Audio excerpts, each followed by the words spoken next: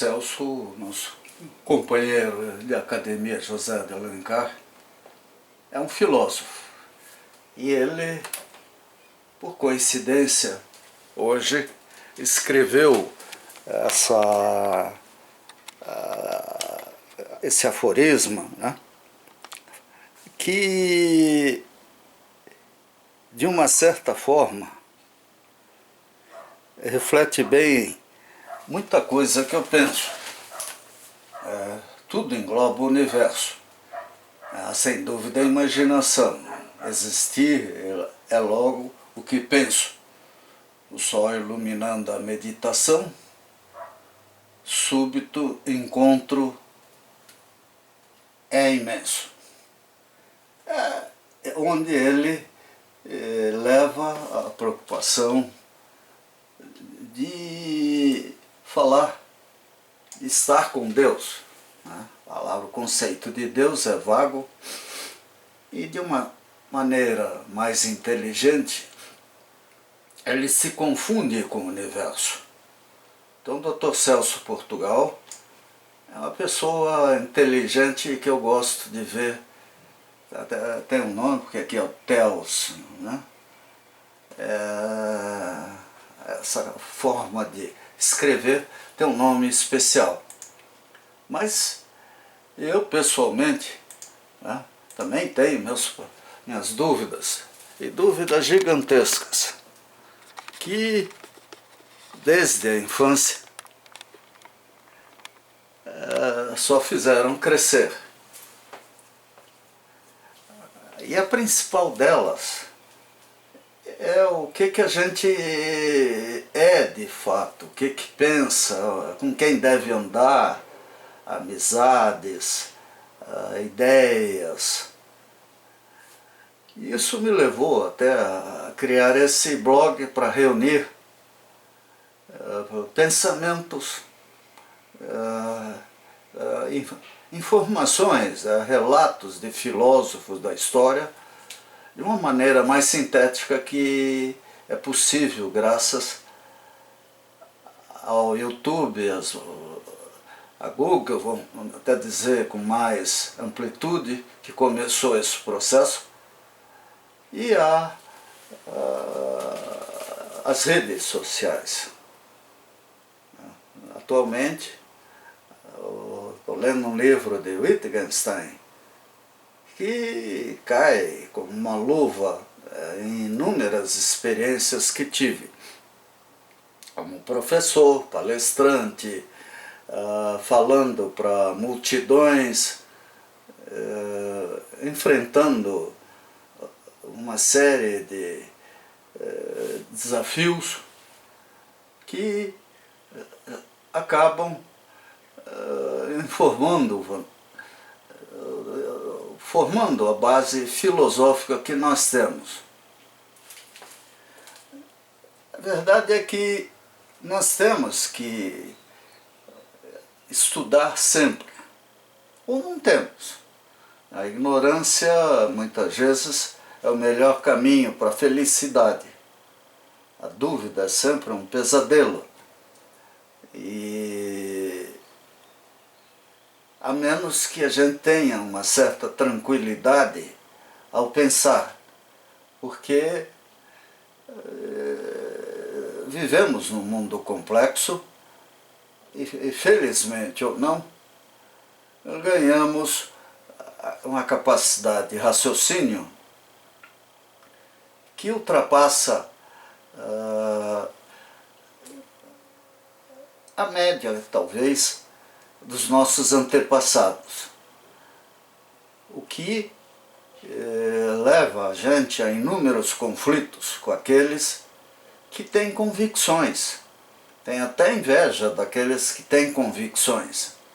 Porque é tão bom quando uma pessoa tem uma explicação firme para tudo o que pensa. Não é o meu caso. Quando eu era garoto, as dúvidas embasadas na família, na educação religiosa, me levavam a pensar inúmeras vezes que o pior inimigo que eu tinha era eu mesmo. Um dia desses eu ofendi tremendamente um amigo, dizendo que meu maior inimigo, às vezes eu entendo, é o amigo. E essa última afirmação merece uma explicação maior. Por quê? É óbvio que a amizade é uma coisa importante, fundamental ao ser humano. Agora, o que o amigo acha que você é? O que ele pensa? Será que ele entende o que eu falo? Porque é com ele que eu falo, né? Principalmente e com muito mais frequência.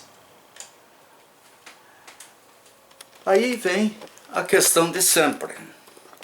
Ele terá entendido o que eu falo? O que eu falo, ele ouve. O que ele fala, eu ouço. E aí, Wittgenstein, que nasceu no início do século passado, foi genial. Ele, naquela época, ele colocou essa questão. O que você entende quando fala? O que a outra pessoa entende? Como é que é a conversação? Eu estudei Libras um tempo atrás e tive dificuldade de aprender, até porque a essa altura do carnaval minha memória e articulação já ficam complicadas, a visão cada dia pior, mais ainda. Mas o que nós entendemos quando alguém diz alguma coisa? Eu sinto que desse um primo, Alain, me mandou e queria a minha opinião. Por que eu devo ter opinião? A opinião é um negócio muito sério. Há problemas? O mundo está vivendo uma fase assustadora. Isso é novidade? Não. Nós já estivemos em condições muito piores. Após a Segunda Guerra Mundial, por motivos ideológicos, os Estados Unidos, muitos nos Estados Unidos, gente poderosíssima, queria exterminar aqueles que contrariassem suas ideologias e interesses, assim como Hitler e outros. Sempre foi assim. A gente, ao envelhecer, e é justamente a fase que os nossos líderes assumem os cargos mais altos, nós já estamos em decadência. Já estaremos em decadência. Eu posso sentir isso nitidamente. Isso sem contar os remédios que a gente toma para isso, para aquilo, para aquilo. Eu sempre digo para o pessoal, durante o dia eu mudo de personalidade em função daquilo, do remédio que eu estou tomando. Quer dizer, além das lesões naturais, existem os problemas que se acumulam graças a acidentes, incidentes e à educação. Então é muito difícil a gente entender a sociedade, um amigo.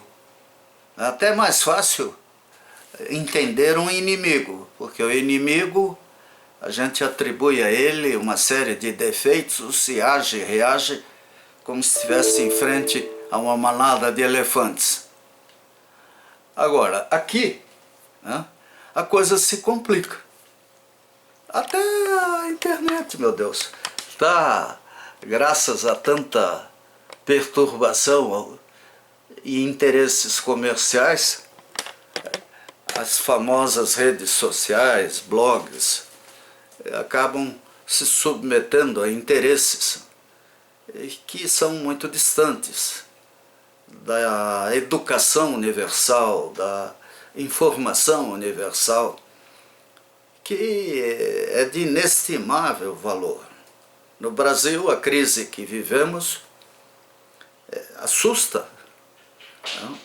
Se não fosse a Lava Jato e um novo poder judiciário, talvez a gente estivesse mergulhado numa situação semelhante à da Venezuela ou outro cenário, mas poluído ao extremo.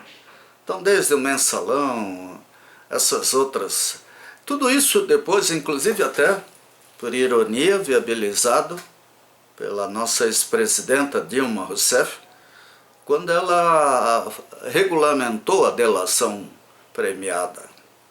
É um instrumento poderosíssimo.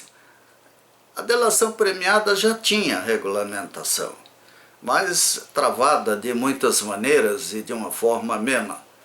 O juiz Sérgio Moro mostrou que o julgamento de fatos evidentes de crimes contra o povo não precisam, né, se esses crimes têm um embasamento doloso, explícito, não precisam se perder em firulas jurídicas para protelar a punição. A corrupção é endêmica no Brasil e ela tem que diminuir. Mas assim como existe a corrupção política, existe a corrupção pessoal. Cada indivíduo tem seu lado bom, seu lado mau, seus instintos. É mau. São instintos. Agora, nós somos o produto do DNA, do ambiente em que vivemos, relacionamento com os pais, acima de tudo, e depois o relacionamento de vizinhança, de escola, e até filmes que a gente possa ver.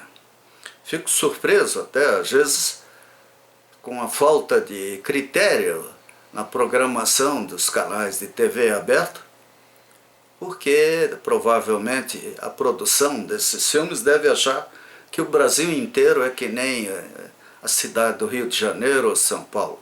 Não avaliam o impacto do que fazem, falam, propõem em pessoas mais humildes, ingênuas e despreparadas para tudo aquilo que mostram. Hoje em dia ficou barato fazer novela, que eles ficam 2 horas em cima de uma cama e assim gastam. Os pornofilmes de antigamente viraram arte sublime. Bom, né? Até talvez sobre certos aspectos, que é desmistificar o relacionamento sexual. Mas na cabecinha de uma criança, isso é assustador. O que elas farão quando tiverem 12, 13, 14, 15 anos? Muito antes de poderem engravidar ou ter filhos, vamos pagar o preço disso aí. Agora, eu estou certo, eu estou errado? Não sei. O que eu quero dizer, é que filosofia, por exemplo, é algo sensacional. Nós vivemos numa época em que estudar filosofia é importante. Então, procurando saber, é algo maravilhoso. Eu imagino que as novas gerações humanas poderão ser infinitamente melhores se sobreviverem ao fundamentalismo religioso, político, futebolístico, etc., aos modismos existentes. Porque o cérebro dessas crianças está sendo chacoalhado de muitas maneiras. Os países mais desenvolvidos, você vai a uma cidade como Paris ou Londres, lá há museus antigos, novos, moderníssimos, bibliotecas, parques fantásticos.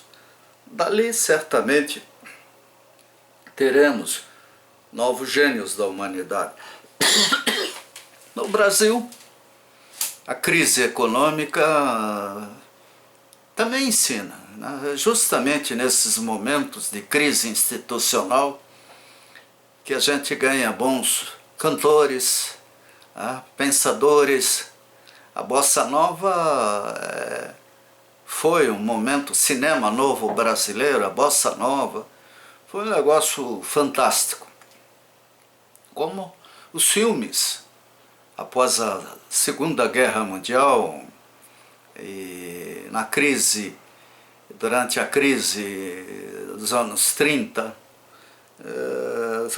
tudo isso revelou gênios do cinema, das artes, mas nós queremos sobreviver, né? Paralelamente, a natureza se encarrega do seu caminho. Nada impede que amanhã a humanidade deixe de existir por um fenômeno ou da Terra ou astronômico. Mas, e os amigos, né? A gente é muito gostoso a gente se reunir com amigos. No Instituto de Engenharia, não sei se as pessoas me consideravam amigos, mas eu procurava a amizade daqueles que se reuniam em torno do professor Tourinho. Era todo sábado um momento genial ouvir o professor Tourinho contando a história da engenharia do Paraná. Ele tinha uma memória incrível e uma tolerância incomensurável. Porque aceitar um garotão como eu, meio rebelde, junto deles, já era algo especial. Curitiba, para mim, foi muito importante, assim como Itajubá, né? Quando eu estudei lá. Lá eu fiz todas as minhas experiências políticas possíveis, sofri as consequências disso, como também tive benefícios. Subir montanhas não é uma coisa tão simples. Pessoa que não quer se machucar, não quer se incomodar, não quer prejuízos, ela deve ficar onde está. Ter cuidado com o que fala, não ofender ninguém, agradar todo mundo. Assim ela sempre será bem recebida. A sinceridade, a parresia, que Michel Foucault falava demais no final da vida dele, ela não gera amigos, né? Ela, ao contrário, ela ofende. Imaginou você encontrar uma senhora que você gosta muito e dizer para ela: poxa, como você está feia, o que houve? Um caminhão te atropelou? Você vai sair dali apanhando. Então a hipocrisia faz parte da boa educação. Mas ela tem um defeito. É de gerar paradigmas, padrões, compreensões mútuas absolutamente erradas. Nós precisamos dominar a verdade, saber a verdade, usar a verdade a favor de todos nós. Esse é o preço da sobrevivência.